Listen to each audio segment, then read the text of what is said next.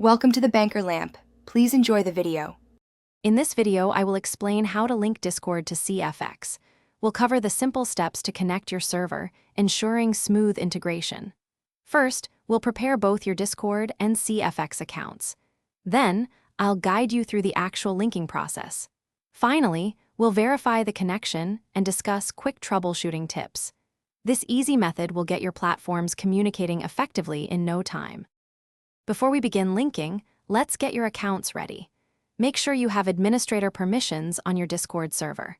Next, log into your CFX account and find the Discord integration section.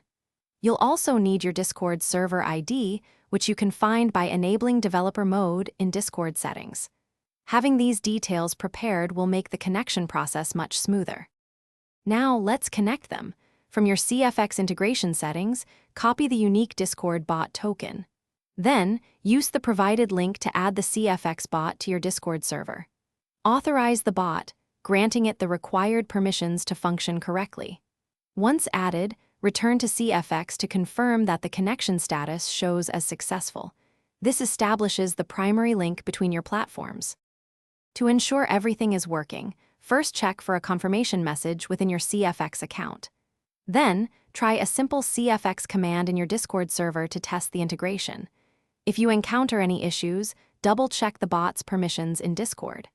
Sometimes, restarting both Discord and 5M can resolve minor glitches.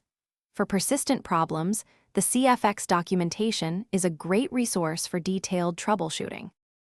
Thanks for watching. If this was helpful, leave a like and consider subscribing. See you next time.